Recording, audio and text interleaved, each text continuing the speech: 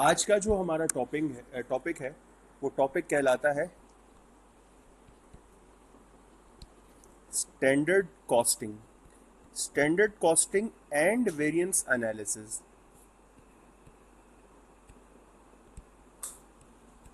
वो तमाम लोग जो F2 में हैं वो इस चैप्टर से बाकायदा वाकिफ होंगे।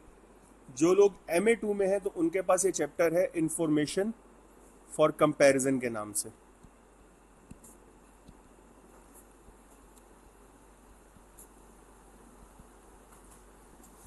सेम चैप्टर है, कोई फर्क नहीं है इन दोनों चैप्टर में। ये दोनों चैप्टर पढ़ने से पहले हमें एक बेसिक नॉलेज होनी चाहिए बजटिंग की। बेसिक नॉलेज होनी चाहिए किसकी? बजटिंग की। बजट होता क्या है और बजट किस तरीके से काम करता है। आई बिलीव इससे पहले आप लोगों ने बजटिंग के सारे चैप्टर्स देख लिए होंगे, पढ़ लिए होंगे। हमने पढ़ा था कि बजट दो तरह का होता है, एक कैपिटल बजटिंग में आता है और एक ऑपरेशनल बजटिंग में आता है। कैपिटल बजटिंग आपके पास जो है वो कैपिटल इन्वेस्टमेंट अप्रेजल के नाम से होगा।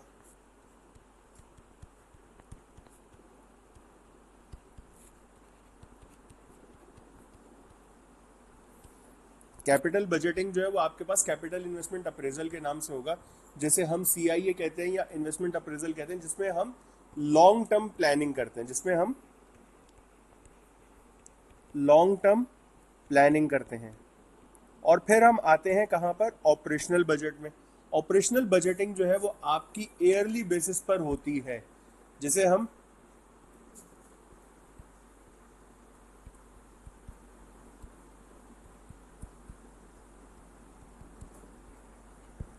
शॉर्ट टर्म प्लानिंग करते हैं, जो आप हर साल एक नया बजट बनाते हो। अब जब मैं बात करूं कैपिटल ऑपरेशनल बजट की, तो ऑपरेशनल बजट में हमने एक चीज पढ़ी थी जो होती है मास्टर बजट।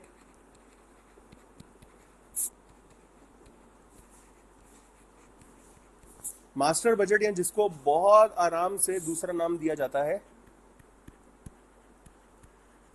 फिक्स्ड बजट का। किसका नाम दिया जाता है? फिक्स्ड बजट का। फिर दूसरी चीज हमने पढ़ी थी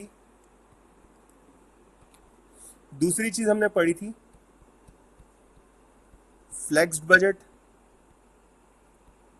दूसरी चीज हमने क्या पढ़ी थी? Flexed budget. और फिर हमें पता चला था कि एक चीज होती है एक्चुअल रिजल्ट्स। क्या होता है एक्चुअल रिजल्ट्स? बेटा हमने बजटिंग में पढ़ा था master budget, fix budget, flex budget और एक्चुअल रिजल्ट्स। तो ये जो फ्लेक्स बजट और एक्चुअल रिजल्ट्स का जो डिफरेंस होता है, इसे कहा जाता है वेरिएंस एनालिसिस। इसे क्या कहा जाता है? Variance analysis. ये जो फ्लेक्स बजट और एक्चुअल रिजल्ट्स का जो डिफरेंस होता है, इसे क्या कहा जाता है? Variance analysis. वेरिएंस एनालिसिस पढ़ने से पहले मैं आपको एक छोटी सी चीज बता दूं, जिसे हम कहते हैं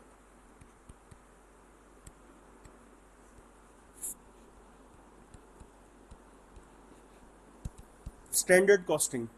स्टैंडर्ड कॉस्टिंग पढ़ने से पहले हमें पता होना चाहिए कि स्टैंडर्ड क्या होता है। स्टैंडर्ड क्या होता है इसकी मैं आपको एक एग्जांपल देता हूं। मैं ये सोचता हूं कि मुझे एक ये बैग बनाने में ये एक बैग बनाने में मुझे 2 घंटे लगेंगे। कितना टाइम लगेगा? 2 घंटे। तो ये मेरे लिए 2 घंटे क्या है? स्टैंडर्ड है। ये 2 घंटे मेरे लिए क्या है? स्टैंडर्ड है। हर वो चीज जो मैं फोरकास्ट करता हूं कि मैं एक थ्रेशोल्ड बना दूं, एक थ्रेशोल्ड जब मैं बना देता हूं तो वो क्या कहलाता है? स्टैंडर्ड कहलाता है। स्टैंडर्ड 4 तरह के होते हैं। एक होता है बेसिक, एक होता है आइडियल, एक होता है अटेनेबल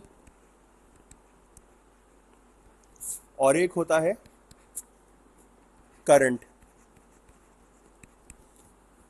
बेसिक स्टैंडर्ड क्या होता है? कुछ इस तरीके से। मुझे एक बात बताओ, आजकल माइटी जिंगर कितने का चल रहा है? 720 रुपए का। कितने का?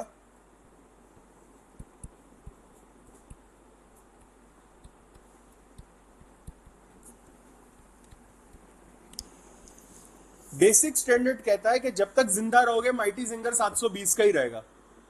बेसिक स्टैंडर्ड क्या कहता है कि जब तक जिंदा रहोगे माइटी जिंगर 720 का ही रहेगा। क्या ये पॉसिबल है? नहीं है ना पॉसिबल। एक आप कॉमन सेंस की बात है। आज अगर माइटी जिंगर 720 रुपए का, तो यार एक साल पहले तक भी माइटी जिंगर 720 का नहीं था। एक साल पहले तक उससे भी सस्ता था, उससे एक साल पीछे चले जाओ और सस्ता था। जब KFC नया नया आया था उस वक्त माइटी जिंगर बिल्कुल ही सस्ता था। तो उस वक्त के हिसाब से आज की प्राइस चेंज हो रही है ना। लेकिन बेसिक स्टैंडर्ड क्या कहता है, जो चीज इनिशियल थी वो ही आगे लेके चलते रहो। ये पॉसिबिलिटी नहीं है, ये पॉसिबिलिटी नहीं है, नहीं कर ही नहीं सकते हम। फिर आते हैं आइडियल स्टैंडर्ड पे। फिर कहां आते हैं हम? Ideal standard. आइडियल स्टैंडर्ड्स क्या होते हैं? आइडियल स्टैंडर्ड्स ये कहता है कि आपके पास जो कंडीशंस हैं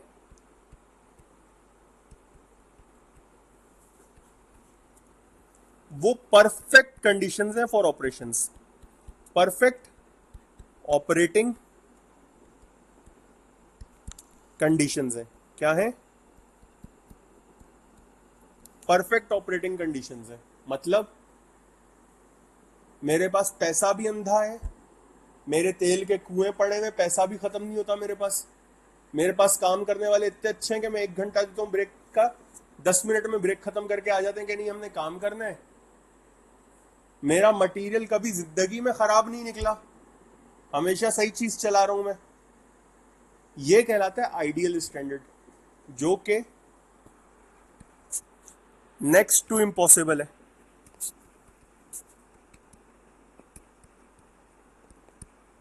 ऐसा हो सकता है कि आपके पास परफेक्टली ऑपरेटिंग कंडीशंस हो। आप कहते हो जिस वक्त बारिश चाहिए दुआ की बारिश हो गई, जिस वक्त धूप चाहिए दुआ की धूप निकल आई। इतने अच्छे तो हमारे अमाल नहीं है भाई, तो इतनी परफेक्टली ऑपरेटिंग कंडीशंस तो नहीं है। मानते हो इस बात को? फिर आते हैं अटेनेबल। अटेनेबल स्टैंडर्ड्स क्या होते हैं? अटेनेबल स्टैंडर्ड्स को आसान अल्फाज में बोला जाता है अचीवेबल स्टैंडर्ड्स। क्या बोला जाता है? अटेनेबल स्टैंडर्ड्स को आसान अल्फाज में क्या बोला जाता है? Achievable standards. क्या बोला जाता है? Achievable standards. ये वो स्टैंडर्ड्स होते हैं जो आप इजीली अचीव कर सकते हो, आपको इससे एक मोटिवेशन मिलती है। याद करो हमने बजट में एक चीज पढ़ी थी, budget to motivate the employees. Budget to motivate the employees. तो जब मैं फोरकास्ट कर रहा होता हूं, फॉर एग्जाम्पल मैं कहता हूं कि हम हर साल 5% की ग्रोथ करते हैं। कितनी ग्रोथ करते हैं? 5% ग्रोथ करते हैं अपनी प्रोडक्शन में, अपनी सेल्स में।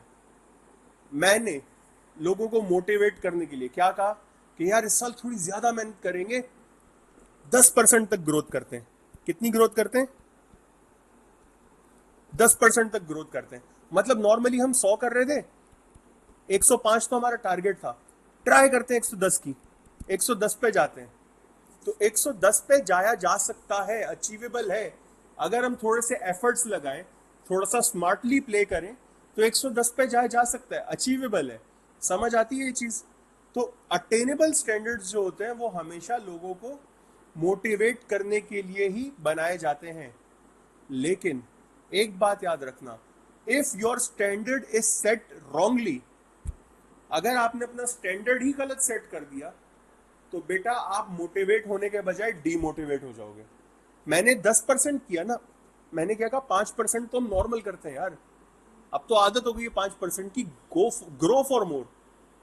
सही, go for more so that you can grow more. आपने 5% से क्या किया यार, 10% करते हैं। थोड़ी सी मेहनत करनी पड़ेगी ना, 1-1 घंटा ऊपर काम कर लेंगे।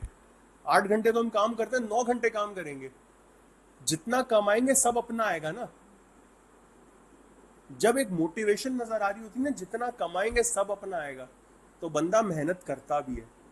ये अटेनेबल स्टैंडर्ड्स है, अचीवेबल स्टैंडर्ड्स है, क्योंकि मैंने ये स्टैंडर्ड सेट से ही किए हैं।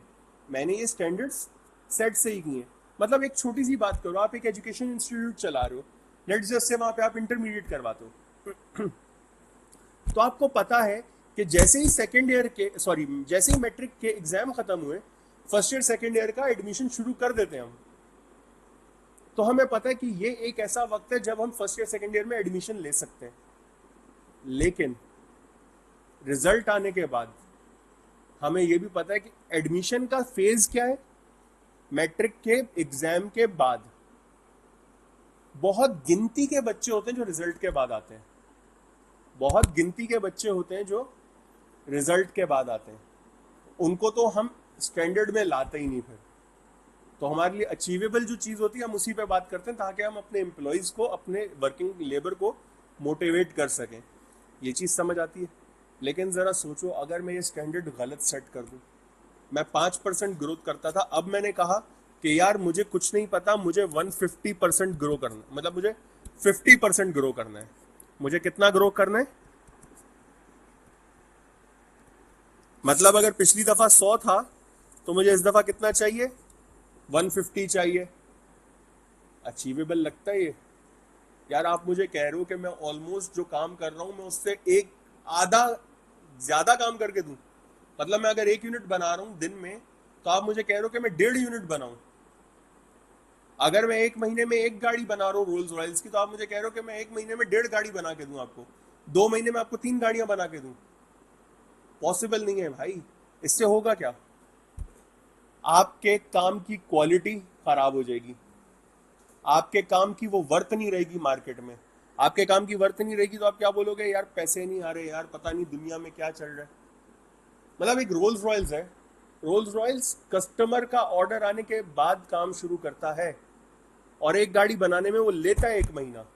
मैं जाके उस बंदे को बोल दूं कि भाई तुम, मुझे कुछ नहीं पता, मुझे 2 महीने में 3 गाड़ियां चाहिए, जाहिर सी बात है फिर वो डंडी मारेगा काम में, डंडी मारेगा, काम फिर भी नहीं कर पाएगा, क्योंकि उसका एक स्टैंडर्ड सेट हुआ है कि मुझे इस टाइम पे ये काम करना है।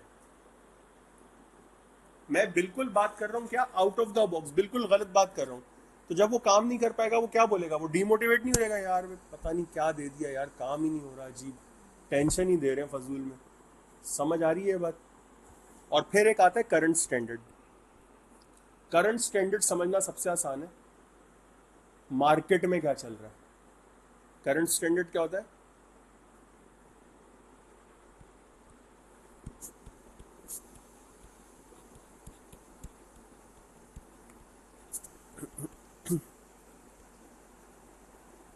What is happening in market, market में चल क्या रहा है, ये क्या कहलाता है? Current standard. करंट स्टैंडर्ड में कोई मसला है? सबसे आसान है भाई, मार्केट में एक पेप्सी की बोतल 60 रुपए की है। कितने की है? 60 रुपए पर पेप्सी। तो कोका कोला भी 60 रुपए की होनी चाहिए, सही? ये चीज समझ आती है? ये करंट स्टैंडर्ड है, इसमें कोई मसला? हाँ, अक्सर ये होता है कि आप करंट स्टैंडर्ड से कम में काम कर लेते हो, क्योंकि आपके लिए वो चीज़ अचीवेबल है। वो चीज़ आपके लिए क्या है? अचीवेबल है, तो आप करंट स्टैंडर्ड से कम में काम कर लेते हो। लेकिन करंट स्टैंडर्ड से ज़्यादा नहीं आप जा सकते, वरना मार्केट में आपकी वर्थ खत्म हो जाएगी। मतलब अगर अगर इस वक्त मार्केट में एक एफडी का पेपर 16,000 में चल रहा है, तो क्या मैं 25,000 में बेच सकता हूँ एफडी? मार्केट में एक कोर्स की बात कर रहा हूँ, ट्यूशन फीस पर कोर्स चल रही है फाउंडेशन डिप्लोमा की, कितनी? 16,000। क्या मैं 25,000 में बेच सकता हूँ? मैं तो बिल्कुल ही किधर चला गया, नॉन अटेनेबल स्टैंडर्ड्स पे। अब वहां पे क्या होगा? वो बंदा जिसको 25,000 रुपए फीस का दे, बोल दिया कि भाई तुमने इतने में ही बेचना है, वो सर पकड़ के बैठेगा, यार मैं क्या करूं, उससे काम नहीं हो रहा होगा, और फिर वो आखिर में डिमोटिवेट होकर क्या बोलेगा? छोड़ो भाई, करना ही नहीं काम, निकलो यहां से। ये चीज समझ आती है? किसी का कोई सवाल है तो आप लोग मुझसे पूछ सकते हैं।